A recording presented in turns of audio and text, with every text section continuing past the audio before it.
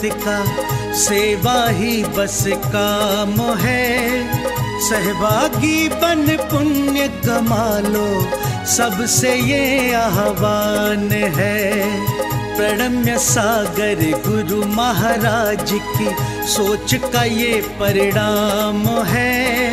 सहभागी बन पुण्य कमा लो, सबसे ये आह्वान है, सबसे ये आह्वान है। अरहम योग प्रणेता ने ये पावन दीप जलाया है। साधर्मी का बने सहारा, बीड़ा ये ही उठाया है, बीड़ा ये ही उठाया है। चलो उन्हें खुशियों से मिलाए, बड़ा पुण्य का काम है। सहभागी बन पुण्य कमा लो, सबसे ये आह्वान है, सबसे ये आह्वान है। जीवों के भोजन का प्रबंधन, असमर्थ बच्चों को शिक्षा, रोजगार की करें व्यवस्था, मांगे ना कोई भिक्षा, मांगे ना कोई भिक्षा। अरहम जीव दया भारत बस करती ये ही काम है। सहभागी बन पुण्य कमा लो, सबसे ये आह्वान है, सबसे ये आह्वान है। गाय धरा पे रहे सुरक्षित, गौशाला है बनवाई। जीव जंतु की भोज व्यवस्था सुंदर रूप से करवाई, सुंदर रूप से करवाई। साधर्मी भूखा ना सोए, रखना सबका ध्यान है। सहभागी बन पुण्य कमा लो, सबसे ये आह्वान है, सबसे ये आह्वान है। साधर्मी रोगी के इलाज को हम मिलके हैं करवाते। जाने कितने असहायों को राशन घर में पहुंचाते, राशन घर में पहुंचाते। लक्ष्य हमारा उन चेहरों पे लानी बस मुस्कान है। सहभागी बन पुण्य कमा लो, सबसे ये आह्वान है, सबसे ये आह्वान है।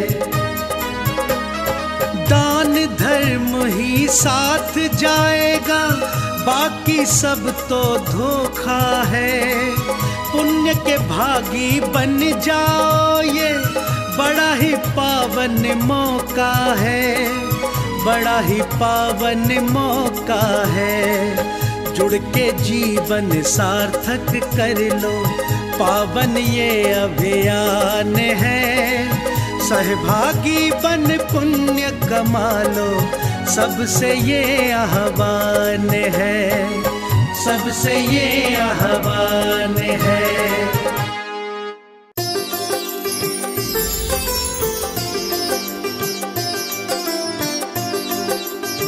आपने भगवान को बिल्कुल एक सामान्य दुकानदार बना लिया। जब मन आए दुकानदार के पास पहुंच गए, भाई कुछ दे दो। वो कहता है तुम्हारे पास कुछ है तो कुछ तुम उसको दे दो, तो वो कुछ तुमको वो कुछ तुमको दे दे। समझ आ रहा है? तो ये जो लेन देन का एक खरीद फरोख्त का एक जो कार्यक्रम शुरू हो गया, मतलब ना तो आप सही भगवान को अभी तक ढूंढ पाए और ना अभी तक आप सही दुख से निपटारा करने का कोई उपाय समझ पाए। जब तक ऐसे भगवानों की एडवर्टाइजिंग होती रहेगी तब तक इस संसार के भव्य प्राणियों का उद्धार होना बहुत मुश्किल है। जब तक ऐसे चमत्कारी बाबा, कृपाओं को फैलाने वाले बाबा जब तक टीवियों से कृपाएं फैलाते रहेंगे, चैनलों के माध्यम से जब तक उनकी दुकानें चलती रहेंगी, तब तक बहुत मुश्किल है कि ये भोला भाला प्राणी कुछ सही राह पर आ पाए। समझ आ रहा है? बहुत मुश्किल है। जिनेंद्र देव की आराधना करने वाला प्राणी दीन दरिद्री नहीं होता,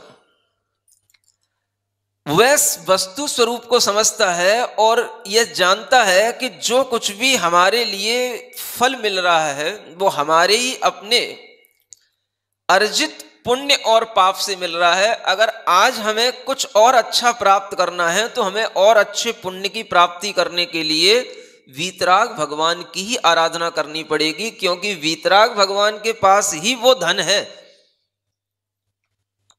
जो धन और किसी के पास में नहीं है। वीतराग भगवान के पास में ही वो शक्ति है जो शक्ति और अन्य किसी देवी देवताओं के पास में नहीं है।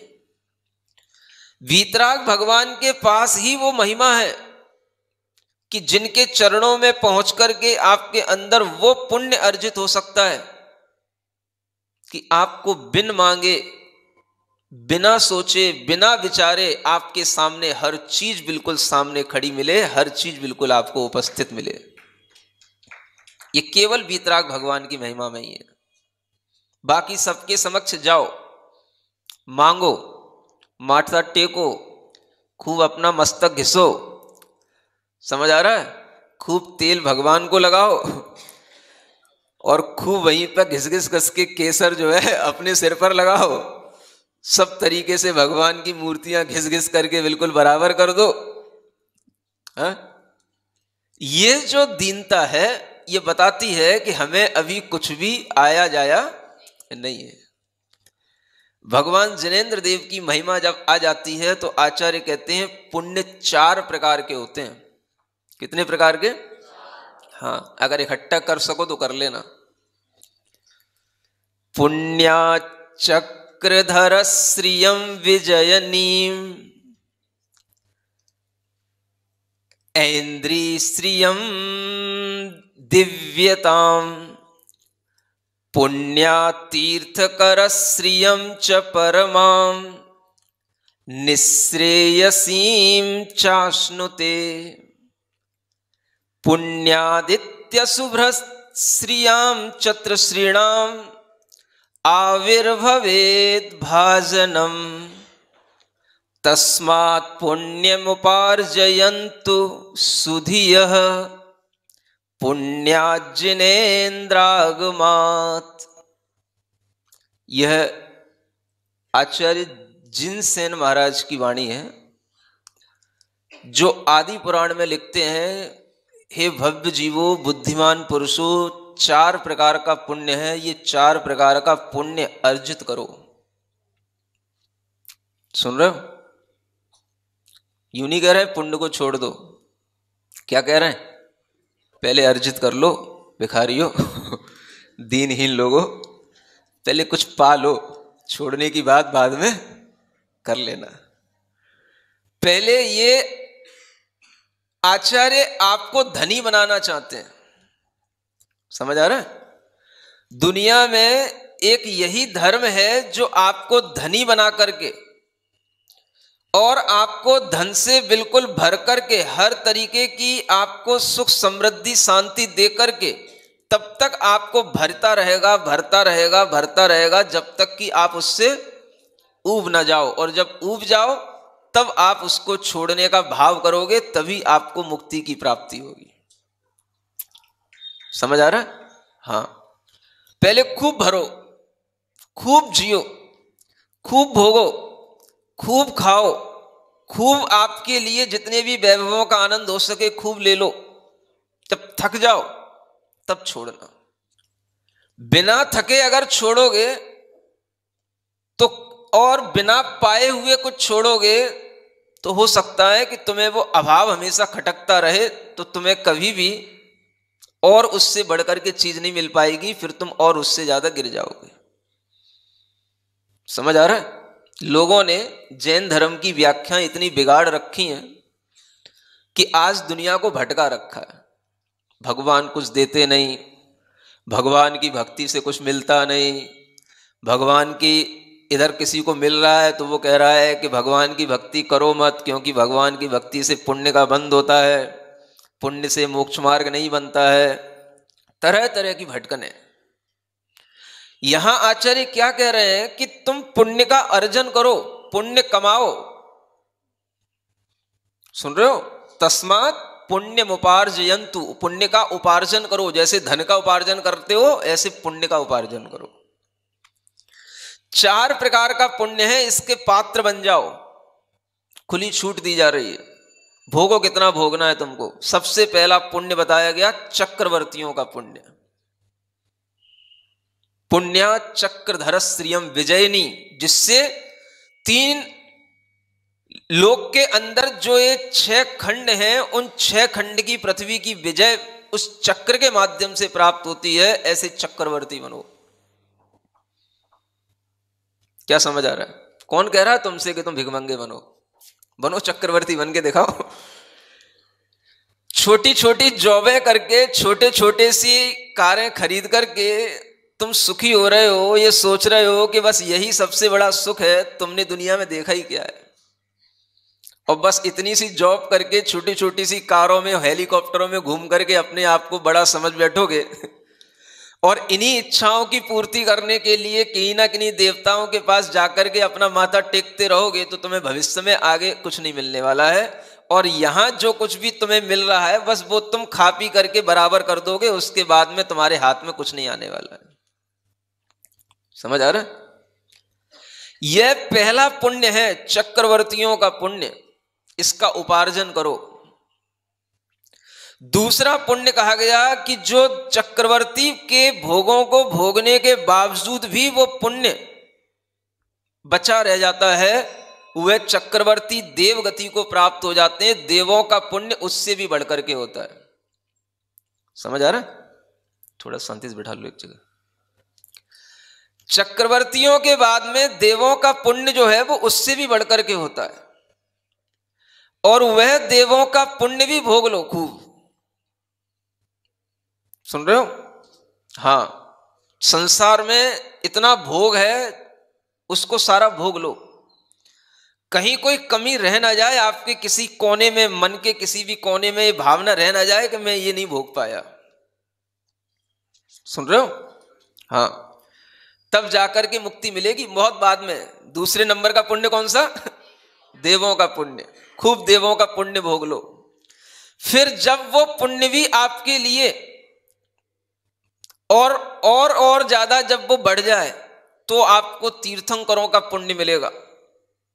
तीसरे नंबर का पुण्य तीर्थंकरों की लक्ष्मी, तीर्थंकरों का वैभव, जिससे बढ़कर के कोई वैभव नहीं होता।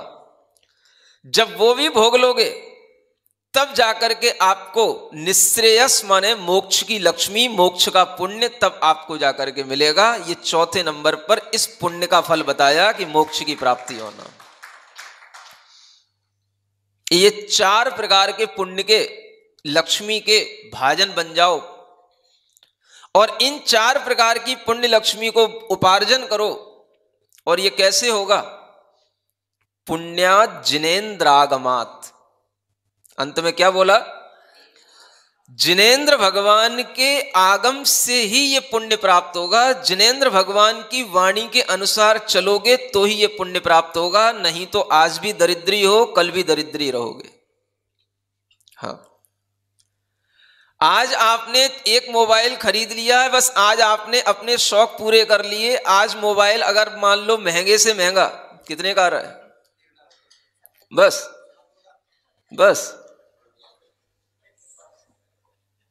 1,00,000-2 लाख का मोबाइल, बस। इससे ज्यादा महंगा मोबाइल नहीं आता। अरे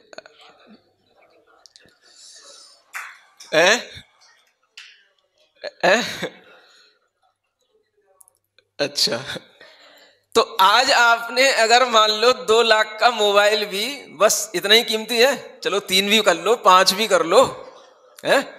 हाँ, कहीं हो सकता है आप लोगों को पता ना हो, कहीं और सेट आ गया हो, कहीं आपके पास तक ना आ पाया हो, है? मान लो कोई महंगा सा महंगा मोबाइल 5 लाख का भी है, आपने आज खरीद लिया, आज आपने अपनी इच्छा पूरी कर ली, आज आपने अपना शौक पूरा कर लिया, कल को फिर एक नया सेट आएगा, वो और 7 लाख का होगा, 10 लाख का होगा, फिर क्या करोगे?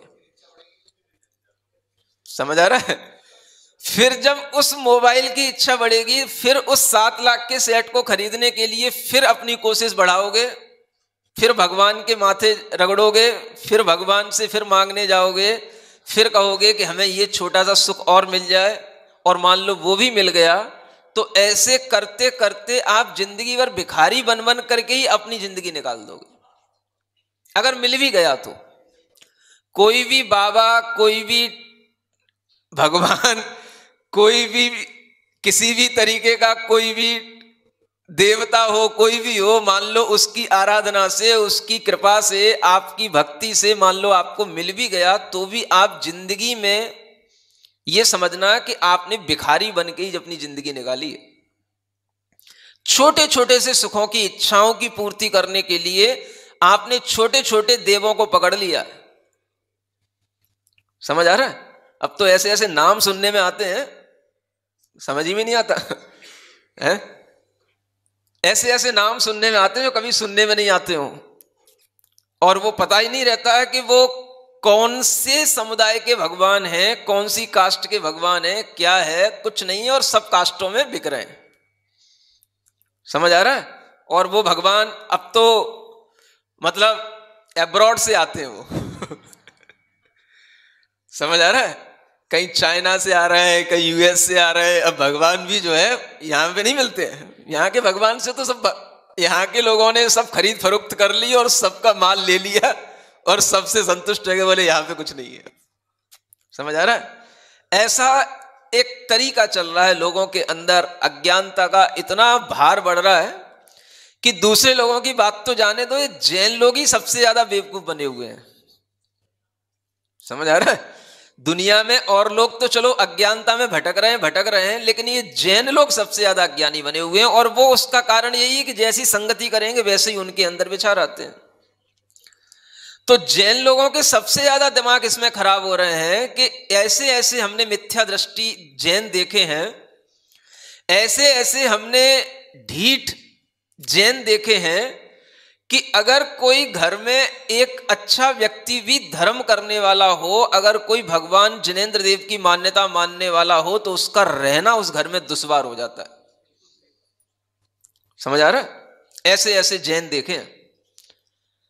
अगर उस घर में कहीं कोई बाहर की कोई बेटी बहू बनकर के वहां पहुंच गई और उस घर में इतना मिथ्यात्व पल रहा है, अगर वो बेटी वहां पर पहुंच गई तो वो वहां जी नहीं सकती है, उसे घर छोड़ना पड़ेगा। या तो वो सब तरीके के बाबाओं को माने, दादाओं को माने, सब तरीके के भगवान को माने, और या फिर अपने घर चली जाए मायके। समझ आ रहा है? ऐसे ऐसे मिथ्या दृष्टि ढीठ, क्या बोले इन लोगों के लिए, हैं? तीव्र मिथ्या दृष्टि, ऐसे ऐसे जीव हैं जिनकी परिणति इतनी बिगड़ चुकी है कि जिन्हें भगवान जिनेंद्र देव के कुल में जन्म लेने के बाद में भगवान जिनेंद्र देव को छोड़ करके सबसे प्रेम है। समझ आ रहा है? ऐसे लोगों की स्थिति को देख करके लगता है कि इन दीनों को, इन दरिद्रियों को कब भगवान ज्ञान देगा और कब इनके लिए सद्बुद्धि आएगी, जिसके माध्यम से इनकी बुद्धि में ये समझ में आए कि ये हीरे मोती पन्नों को छोड़ करके प्लास्टिक के चमकते हुए भगवानों की गोद में जा रहे हैं। इन्हें कब समझ में आएगा कि ये भगवान से हमें कुछ नहीं मिलने वाला। जब हम भगवान जिनेंद्र देव के आगम के अनुसार पुण्य का अर्जन करेंगे, जिनेंद्र देव की वाणी के अनुसार चलेंगे, तब हमें ये विभूतियां मिलेंगी। अब देखो शुरू कहां से किया, आपको कितना बड़ा धनी बनाने के लिए आचार्यों ने मेहनत की है। कौन कहता है कि आपको दरिद्री बनाए रखना चाहते हैं जैन लोग? चक्रवर्ती से आपका वैभव शुरू हो रहा है। छोटे मोटे राजा तो छोड़ो, जिन चक्रवर्ती के चरणों में बड़े बड़े राजा, समझ आ रहा, 32,000 राजा जो है जिनके चरणों में हमेशा खड़े रहते हैं, अपने अपने एरिया के राजा। बताओ कहां से शुरू किया जाए, कौन सी बोली लगाई जाए? है जो आप सोच नहीं सकते हो वो आपके सामने होने वाला। अरे ये एक जन्म नहीं है कि जिस जन्म में हमने कोई अपनी इच्छाएं आज रखी हैं तो वो आज ही पूरी हो जाएं, और ये एक ही जन्म नहीं है कि हम जो आज जी रहे हैं, आगे भी जन्म होंगे, पहले भी जन्म हुए हैं। लेकिन अगर थोड़ा सा धैर्य धारण करके भगवान जिनेंद्र देव की भक्ति करोगे तो आपको वो कुछ मिलेगा जो आप कल्पना नहीं कर सकते, क्योंकि यहां से इस जीवन को छोड़ने के बाद में आगे और बहुत बड़े बड़े जीवन हैं, आगे और बहुत बड़े बड़े जन्म मिलने वाले हैं। और उन जन्मों में अगर आप कभी ऐसा कुछ बन पाए, चक्रवर्ती, बड़े बड़े देव या बड़े बड़े तीर्थंकर जैसे पद प्राप्त कर पाए, तो ही आपके मन को कभी कुछ भोगों से संतुष्टि हो सकती है, अन्यथा भिखारियों को कभी भोगों से संतुष्टि होने वाली नहीं है। एक बहुत बड़ा मनोविज्ञान है। हाँ, आप क्या समझते हो कि जिनेंद्र भगवान के धर्म में दीक्षा लेना ही बताया जाता है? दीक्षा तो वो लेते हैं जो भोगों से संतुष्ट हो चुके होते हैं। समझ आ रहा है? जो हर तरीके से अपनी इच्छाओं से भर चुके होते हैं, जिन्हें लगता है कि सब करने के बाद में भी अब कुछ भी नहीं है, अब क्या करें, अब बताओ। समझ आ रहा है? तब जाकर के उन्हें यह मिलता है कि हां, अब भोग में सुख नहीं है, अब त्याग में सुख देखना है। समझ आ रहा है? और जो छोटी छोटी सी मोबाइलों और कारों के लिए तड़फ रहा है, वो जिंदगी भर अपनी इच्छाएं की पूर्ति तो कर लेगा, लेकिन उसे कभी संतुष्टि होने वाली नहीं। और उसे इन चीजों की संतुष्टि हुए बिना कभी भी उसे यह लगेगा ही नहीं कि ये भोग छोड़ने योग्य है, क्योंकि उसे तो भोगों की इच्छा पड़ी हुई है। तो ये देखो, धर्म एक कितना बड़ा तरीका हमको बता रहा है। जब आपके लिए तीर्थंकर और चक्रवर्ती जैसे भोग भोगने को मिल जाएंगे तभी आपका मन संतुष्ट होगा, अन्यथा आपका मन कभी संतुष्ट होने वाला नहीं है। हां, क्योंकि मन बहुत बड़ा भारी द्रव्य है और बड़ा सूक्ष्म द्रव्य है। समझ आ रहा है? जस्ट लाइक ए, क्या बोलते उसको, पारा। हाँ, समझ आ रहा है? पारा, हाँ, बहुत भारी द्रव्य है, पकड़ में नहीं आता और सब खा जाता है, और फिर भी वैसा का वैसा ही बना रहता है। समझ आ रहा है?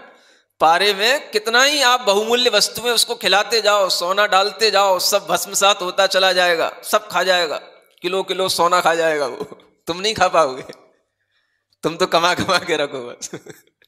वो खा जाएगा किलो किलो सोना, और वो उतना ही का उतना ही बना रहेगा, इतना भारी है वो। ऐसे ही ये मन की हालत है। मन में कितने ही भोग डालते जाओ, छोटे मोटे भोगों से तो कभी संतुष्टि होने वाली है ही नहीं। इसलिए जो लोग आज इसी जीवन को सब कुछ समझ रहे हैं कि हम जॉब कर लें, 10-20-50 हजार रुपए महीने की नौकरी कर लें, अपनी कार, अपना फ्लैट ले लें और उसी में फ्लैट हुए पड़े रहें। समझ आ रहा है? बस इतनी सी जिनकी इच्छाएं हैं, वो लोग जैन धर्म की महिमा को कभी समझ नहीं सकते। वो तो बहुत छोटे छोटे से लोग हैं, क्षुद्र लोग हैं। समझ आ रहा है? यहां से तो कहीं जैन धर्म का पुण्य शुरू होता ही नहीं। जैन धर्म के अंदर और जैन धर्म को मानने वाले व्यक्ति के अंदर का पुण्य कहां से शुरू होता है? वो पहले आपको क्या बनाएगा? छोटा मोटा राजा भी नहीं, ये पीएम सीएम कहीं नहीं लगते। समझ आ रहा है? चक्रवर्ती से शुरू करता है। लेकिन बड़ी चीज के लिए थोड़ा सा पेशेंस रखना पड़ता है। समझ आ रहा है? हाँ, तरीके से चलना पड़ता है। अगर आप आज ही सब कुछ चाहोगे तो आज ही सब कुछ नहीं मिलेगा। थोड़ा सा पेशेंस रखो, बहुत कुछ अच्छा मिलेगा। यह भी ध्यान रखो, इस जन्म में भी अच्छा मिलेगा और अगले जन्मों में भी अच्छा मिलता रहेगा। क्यों चक्रवर्ती दीक्षा ले लेता है? क्या पड़ी होती है चक्रवर्ती को भोग का त्याग करने की? वो ऊब जाता है। समझ आ रहा है? हाँ, अगर आदमी के पास थोड़ी सी भी बुद्धि होगी तो वो भोग संपदाओं को पाकर के ऊबने लगता है। जो अज्ञानी होते हैं वो डूब जाते हैं, और जो ज्ञानी होते हैं वो उससे ऊब जाते हैं। बस इतनी ज्ञानी और अज्ञानी में अंतर होता है। समझ आ रहा है? अब वो क्यों नहीं उबेगा? 96,000 जिसकी रानियां हो, समझ आ रहा है? आप सोचो, एक आदमी एक साथ 96,000 रानियों से भोग करने की शक्ति रखता है और लंबे समय तक, वर्षों तक ऐसा करने के बावजूद भी उसे जब शांति नहीं होती तो वो सोच लेता है कि अब इससे बढ़कर के और क्या हो सकता है, बताओ। आप सोच सकते हो कभी इतना? उसके पास विक्रिया शक्ति होती है, 96,000 रानियों से रमण करने की एक साथ क्षमता रहती है उसके अंदर। क्या सोच सकते हो आप? समझ आ रहा है? अब सोचो कि उसको ऊब क्यों नहीं होगी? इससे ज्यादा क्या पाना है आदमी को? इससे ज्यादा क्या सुख मिलना है? कौन से सुख की कामना में पड़ा है आदमी? करोड़ों करोड़ों घोड़े, लाखों लाख हाथी, लाखों लाख रथ, लाखों लाख सेवक सामने खड़े हैं। किस पर हुकूमत जमाएं? किससे क्या बोलें? किसको अपनी आज्ञा दें? सब आज्ञा लेने के लिए तैयार हैं, आज्ञा देने को कुछ है ही नहीं है, सब कुछ अपने हाथ में है। कहां पर विजय करने जाएं, कहां पर लड़ने जाएं, क्या फतेह करने जाएं, चक्र ने सब जीत लिया है। अब बताओ क्या चाहिए? अब नहीं समझ आ रहा है? ये कोई बीजेपी कांग्रेस वाला धर्म थोड़ी ना है, है? हाँ, कि लड़ना पड़े, कि झगड़ना पड़े, कि वोट डलवाने पड़े, समझ आ रहा है? मुश्किल से 5 साल सत्ता निकालनी पड़े। अरे भाई, निश्चिंत होकर के, जब तक तुम्हारा जीवन है, जब तक तुम्हारा मन ना उबे, तब तक सत्ता तुम्हारे हाथ में, कोई तुम्हारे सामने आने वाला नहीं। चक्रवर्ती वो कहलाता है। कोई उसके सामने दूसरा चक्रवर्ती पैदा हो ही नहीं सकता। क्या समझ आ रहा है? समझो, इसका नाम वैभव है, इसका नाम है आत्मा का वैभव, आत्मा की शक्ति, आत्मा का सुख। कितना भोगोगे? जब आदमी इस तरीके की चीजों को पा लेता है, तब उसके भोग वैभवों से उसे जब ऊब होती है, तब जाकर के वो है सब कुछ चीजों को छोड़ करके, तब जाकर के वह सब चीजों से मुक्ति प्राप्त करके वह वैराग्य उसके अंदर अपने आप आ ही जाएगा। इसके अलावा आप सोचेगा, बताओ दुनिया में अब क्या है भोगने को? बताओ, क्या समझ आ रहा है? यहां तो आदमी छोटी छोटी सी चीजों में, मतलब मोबाइल तो अब ऐसा लग रहा है जैसे बच्चे पहले पेन पेंसिलों में खुश होते थे ना, अब ऐसे ये आदमी बीटेक, एमटेक, पीएचडी करने के बाद में जो है बस ये मोबाइल और कारों के शौक से खुशी हो रहा है। अगर आदमी अपना दिमाग का लेवल बढ़ाए तो उसे समझ में आए कि ये चीजें हमारे लिए बिल्कुल बच्चों जैसी, खेल खिलौने जैसी हैं। क्या समझ आ रहा? कितनी सी कीमत है आपके एक कार की? इतनी कीमत पहले के एक घोड़े की नहीं होती थी। हाँ, क्या समझ आ रहा है? आज भी है। एक हाथी खरीद के देख लो, समझ में आ जाएगा। हाँ, कहते हैं कि हाथी को खरीदना तो सहज है, उसको पालना, उसको खिलाना, समझ में आ जाएगा, घर बिक जाएगा। एक हाथी को पाल नहीं पाओगे। समझ आ रहा है? तो ये तो आप लोगों के लिए खिलौने दे दिए, वो टाटा कंपनी ने नैनो बना दी। समझ आ रहा? शौक पूरे कर लो भैया, तुम भी 4 पहिए की गाड़ी में घूम लो, तुम भी है? एक आदमी बैठ पाए, 2 बैठ पाए, कोई बात नहीं, कम से कम कार में तो घूम लिए। बस ऐसे खिलौने भर रहे। समझ आ रहा है? जैसे घरों में पहले साबुनदानी हुआ करती थी, मैं इसको साबुनदानी बोलता हूं। पहले हम साबुनदानी देखा करते थे ऐसी घरों में, बस उसके ऊपर एक डिब्बी और रख जाती है, वो कार बन जाती है बिल्कुल। इसको आदमी ये समझ रहा है कि नहीं जाने कितना बड़ा वैभव, कितना बड़ा सुख। अरे तेरे पास कुछ है नहीं, इसलिए तुझे ऐसे सुख सुख लग रहे हैं, इसलिए तुझे वैभव बड़ा दिखाई दे रहा। तू छोटा है बहुत, तेरी बुद्धि छोटी है, तुझे दीनता भरी है, तेरे अंदर दरिद्रता है, इसलिए। समझ आ रहा है? बाकी अगर देखोगे तो इसकी कोई कीमत नहीं है। प्लास्टिक के डिब्बे, जहां देखो ये कारें एक्सपायरी हो जाती हैं, कैसे ढेर के ढेर लगे रहते हैं, और उनको एक साथ मिटाने के लिए कितनी बड़ी कोशिशें करनी पड़ती हैं, और वो कैसी जंग खा खा करके बुरी तरीके से पड़ी रहती है। कहीं जाकर के बुरी कारखानों की स्थितियों में देख लेना, कहीं जाकर के। समझ आ रहा? इन प्लास्टिक के डिब्बों को बड़ा भोग वैभव समझ रहे हैं। जैसे छोटे बच्चे छोटी छोटी कारों से खेलते थे, अब बड़े बच्चे बड़े बड़ी कारों से खेल रहे हैं, बस इतना सा हो रहा है। है, इसमें सुख समझ रहे हैं। इसके लिए बस पढ़ना है, इसके लिए जॉब करना है, इसके लिए ही बस अपना स्टैंडर्ड बनाना है, बस अपनी कार हो, अपना फ्लैट हो, अपनी बीवी हो, अपने बच्चे हो। अरे वही तो, और क्या है,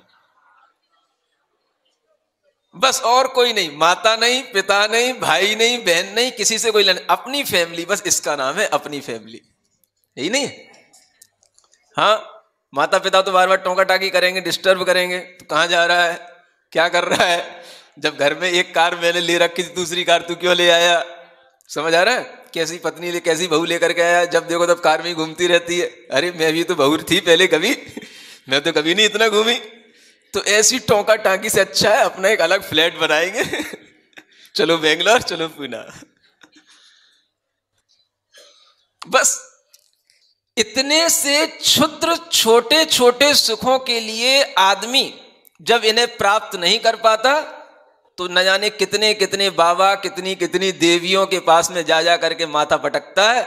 और अगर मिल भी जाता है तो हम समझते हैं उससे उसको कभी संतुष्टि होने वाली नहीं है। संतुष्टि होगी पुण्यात् जिनेन्द्रागमात्। जब जिनेन्द्र भगवान के आगम को पढ़ोगे और इससे पुण्य कमाओगे तो संतुष्टि होगी। अदरवाइज आप 3 लोक में खूब भटक लो, खूब घूम लो, आपको कभी सेटिस्फैक्शन होने वाला नहीं। क्योंकि जब तक आप इस पुण्य की इतनी महिमा नहीं देखोगे, तब तक आपको आत्मा की महिमा समझ में नहीं आएगी, आपको आत्मा के भाव समझ में नहीं आएंगे, और आपको अपनी हर छोटी छोटी चीज बहुत बड़ी दिखाई देगी। इसलिए आचार्य कहते हैं पुण्य कमा लो, क्योंकि उन्हें मालूम है कि संसार के आदमी पुण्य को भोगे बिना कभी भी मुक्ति को प्राप्त कर नहीं सकते। हाँ, तो इसलिए आप चिंता नहीं करो। आप ये मत समझो कि भगवान हमें देते नहीं है। यहां यही बताया जा रहा है कि भगवान भिखारियों को छोटी मोटी चीजें नहीं देते हैं। समझ आ रहा है? अब तुम कार और मोबाइल ही भगवान से मांगना चाहो तो ये छोटी मोटे भगवान नहीं है। बड़े लोग बड़े तरीके से बात करते हैं और बड़े लोग बड़े तरीके से देते हैं, और ऐसे तरीके से देते हैं कि वो ये नहीं चाहते हैं कि तुम हमारे एहसानमंद हो जाओ, इसलिए वो मौन रह करके अपना सब कुछ काम करते रहते हैं और सब कुछ तुम्हें देते रहते हैं। छोटा ही व्यक्ति चाहेगा कि आप हमारे एहसानमंद बनो, बड़ा व्यक्ति कभी नहीं चाहेगा। बड़ा व्यक्ति का काम है सिर्फ देना। आप लो, खूब भरपेट लो, खाओ, खूब खाओ, बिल्कुल ऐसा किमिच्छिक दान है। किमिच्छिक दान क्या होता है? चक्रवर्ती के पास पहुंच जाओ, 1000 रत्न चाहिए, 1000 सोने की दीनारें चाहिए, 1000 लाख हमें सोने की दीनारें चाहिए। बोले वो निधि है, जाओ ले लेना, भर लो। क्या कर लोगे तुम? हमारे रहते हुए अगर तुम्हें लाख दीनारें मिल भी गई तो हमारे पास कितनी होंगी जब हम तुम्हें लाख दे रहे हैं, और तुम उससे कर भी क्या लोगे? जब तुम हमारे राज्य में रह रहे हो, तुम्हें कुछ करना ही नहीं है, सब कुछ खाना पीना वस्त्र आभूषण सब कुछ तुम्हें अपने आप मिल रहा है, अब तुम दीनारें लेकर के दिखाओगे किसको? कीमत क्या है उन रत्नों की बताओ? रत्नों की कीमत तो तब होती है जब एक के पास हो दूसरे के पास ना हो। जब सबके पास भरा भरा है तो किसकी क्या कीमत है बताओ? समझ आ रहा है? कीमत कब है? आप देख लो किसी चीज की, जब आदमी भटक मतलब तड़फ रहा हो तब कीमत होती किसी चीज की। एक को मिल रहा है, एक को नहीं मिल रहा है, एक को जॉब मिल गई, एक को जॉब नहीं मिली, तो जॉब की कीमत हो गई। समझ आ रहा है? अब जहां इतना आदमी संतुष्ट है कि जॉब करने की जरूरत ही नहीं है, किमिच्छिक दान जितना भी लेना चाहो ले जाओ, अन्न ले जाओ, धन ले जाओ, मोहरें ले जाओ, जो ले जाओ ले जाओ, करोगे क्या? जब हमने ही इतना कमा रखा है, हमारे पास ही इतना है कि उसी से पूरा सब काम चल सकता है, तो तुम छोटी छोटी चीजें अपने घर में अपना बना के रख भी लोगे तो उससे हो क्या जाएगा? ऐसी जब दान देने की क्षमता है, ऐसा भोग करने की क्षमता है, तो आप समझो कि आपके लिए ये बड़े बड़े लोग कभी भी एहसानमंद नहीं करते, एहसान नहीं करते आपके ऊपर। चक्रवर्ती कोई लिस्ट बना के नहीं बैठता कि मैंने इसको इतनी दीनारें दे दी, इतनी मोहरें दे दी, इतने रत्न दे दिए। समझ आ रहा? उसके पास तो खबर ही नहीं पहुंचती, बाहर से सब कोस खजांची अलग होता है, बांटता रहता है। बोले बांटते रहो, ऐलान कर देता बस कि किमिच्छिक दान दो। समझ आ रहा है? अब समझो आप, ऐसे दान वाले लोग आज भी हैं। आज भी कई जगह पर ऐसे भंडारे चलते हैं। दक्षिण में ऐसे लोग हैं जो आज भी इस तरीके के भंडारे हमेशा खुले रहते हैं। रोजाना वहां पर हजारों आदमी आते हैं, खाते हैं, जाते हैं बिना पैसे के। है? हाँ, धर्मस्थली। हाँ हाँ, वीरेंद्र हेगड़े, समझ आ रहा है? जैन है, वहां का राजा है पूरा वो। हाँ, और पूरा शुद्धता से, ऐसा बिल्कुल आप देखते रह जाओ। वैसे मैंने देखा नहीं है, बता रहा हूं। हाँ, लेकिन लोगों ने बताया, समझ आ रहा है? हाँ, तो ऐसे ऐसे लोग हैं आज भी। तो कहने का मतलब यह है कि बड़ा बड़ा राज्य, बड़े बड़े राजाशाही आज भी अगर है तो ऐसे लोगों के पास में है।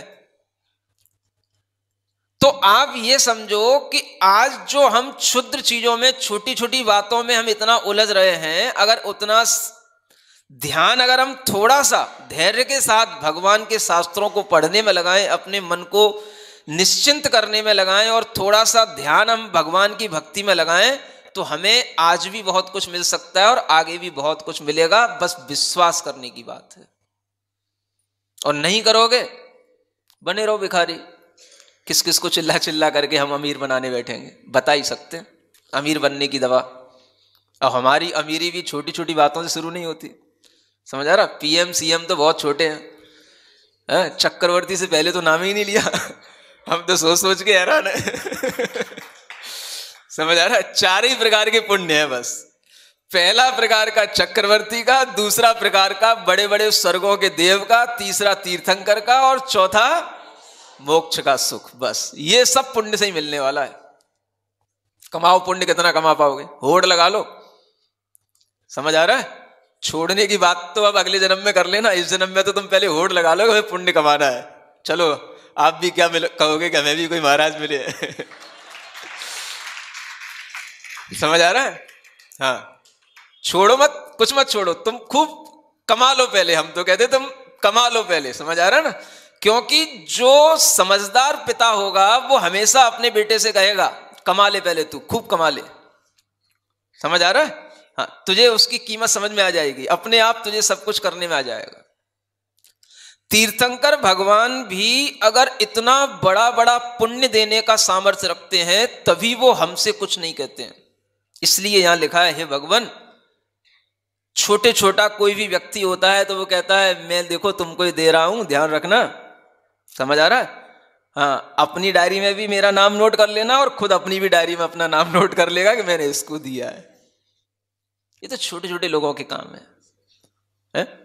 जिन्हें सब कुछ मिला है वो सब कुछ देने की सामर्थ्य रखते हैं, और जिन्होंने सब कुछ भोग करके सब कुछ त्याग किया है वही सब कुछ दे सकते हैं, जो संतुष्ट होंगे। भिखारी तुमको क्या देगा? आज की स्थिति तो वही है कि बड़ा भिखारी से छोटा भिखारी मांगने पहुंच जाता है बस। मतलब इतना ही है ना, हर आदमी भिखारी तो है, चाहे वो बिल गेट हो, चाहे वॉरेन बफेट हो, चाहे कोई हो। हर आदमी कितना ही बड़ा होने के बाद में अगर वो संतुष्ट नहीं है और अधिक अरबपति बनना चाह रहा है, खरबपति बनना चाह रहा है, तो वो बड़ा भिखारी है। और छोटे छोटे भिखारी उससे पूछ लेते हैं, मांग लेते हैं, उनकी कृपा में रहते हैं, उससे क्या होना जाने वाला है। ये जो व्यक्ति अपने आप में संतुष्ट नहीं होगा वो कभी किसी को संतुष्टि वाला धन दे ही नहीं सकता। इसलिए भगवान ऐसा नहीं करते, कहते नहीं, बोलते नहीं, और उनके नहीं बोलने के या नहीं समझने के कारण से लोगों में ऐसा भाव आ गया कि भगवान तो देते नहीं, बैठे रहते हैं, हम बस माथा पटकते रहते हैं और भगवान हमारी सुनते ही नहीं, हाथ भी तो ऊपर नहीं करते, यूं बैठे यूं बैठे। नहीं समझ आ रहा? हाँ, कम से कम ऐसे करे होते तो लगता भी हाँ हाँ कुछ मिल रहा है, कुछ दे रहे हैं। संतुष्टि वो भी नहीं, यूं आंखें भी बंद, थोड़ा आंख फाड़ के देखते तो भी लगता है कि चलो हमको देख रहे, आंखें भी बंद। तो ऐसे जो लोगों के अंदर अज्ञानता है, ये उनके अंदर अज्ञानता है जिन्होंने भगवान के बारे में अभी कुछ समझा नहीं, जो अपनी बुद्धि से ही भगवान को तौल रहे हैं। मतलब उनकी भी बुद्धि बिल्कुल क्षुद्र है, छोटी बुद्धि है, और वो अपनी बुद्धि से ही भगवान को तौल रहे हैं, तो भगवान को भी उतना ही तौल पाएंगे। क्योंकि भगवान को भी तौलने के लिए बुद्धि भी तो बड़ी होनी चाहिए। जितना तराजू होगा उतना ही तो उसमें सामग्री आएगी, बस। तो जो लोग ये कहते हैं कि भगवान कुछ देते नहीं, भगवान के पास जाने से हमें कुछ मिलता नहीं, जिनेंद्र भगवान की आराधना से कुछ मिलता नहीं, वो बहुत छोटी बुद्धि वाले लोग हैं और उन्हें छोटी छोटी चीजें चाहिए। बस बच्चों के विवाह हो जाए, दुकानें चल जाए, फ्लैट मिल जाए, कार मिल जाए, बस ऐसे क्षुद्र लोग हैं जो इस तरीके की बातें करेंगे। जिन्हें भगवान का आगम पढ़ने को मिला हो, जिन्होंने भगवान के आगम से ये जन्म की व्यवस्था समझी हो कि इस जन्म से पुण्य से अगले जन्म में कितनी कितनी चीजें मिलती हैं, और ये जन्म तो बहुत छोटे हैं, जब चतुर्थ काल होते हैं तब उस जन्म में आदमी के लिए कितनी बड़ी बड़ी उपलब्धियां होती हैं। तो ये सब उपलब्धियां हमें भी समय समय पर होती आई हैं और आगे भी होती रहेंगी। ये सब आपको जिनेंद्र भगवान के आगम से समझने को मिलेगा, तब आपको ये वर्तमान की उपलब्धियां छोटी छोटी समझ में आएंगी।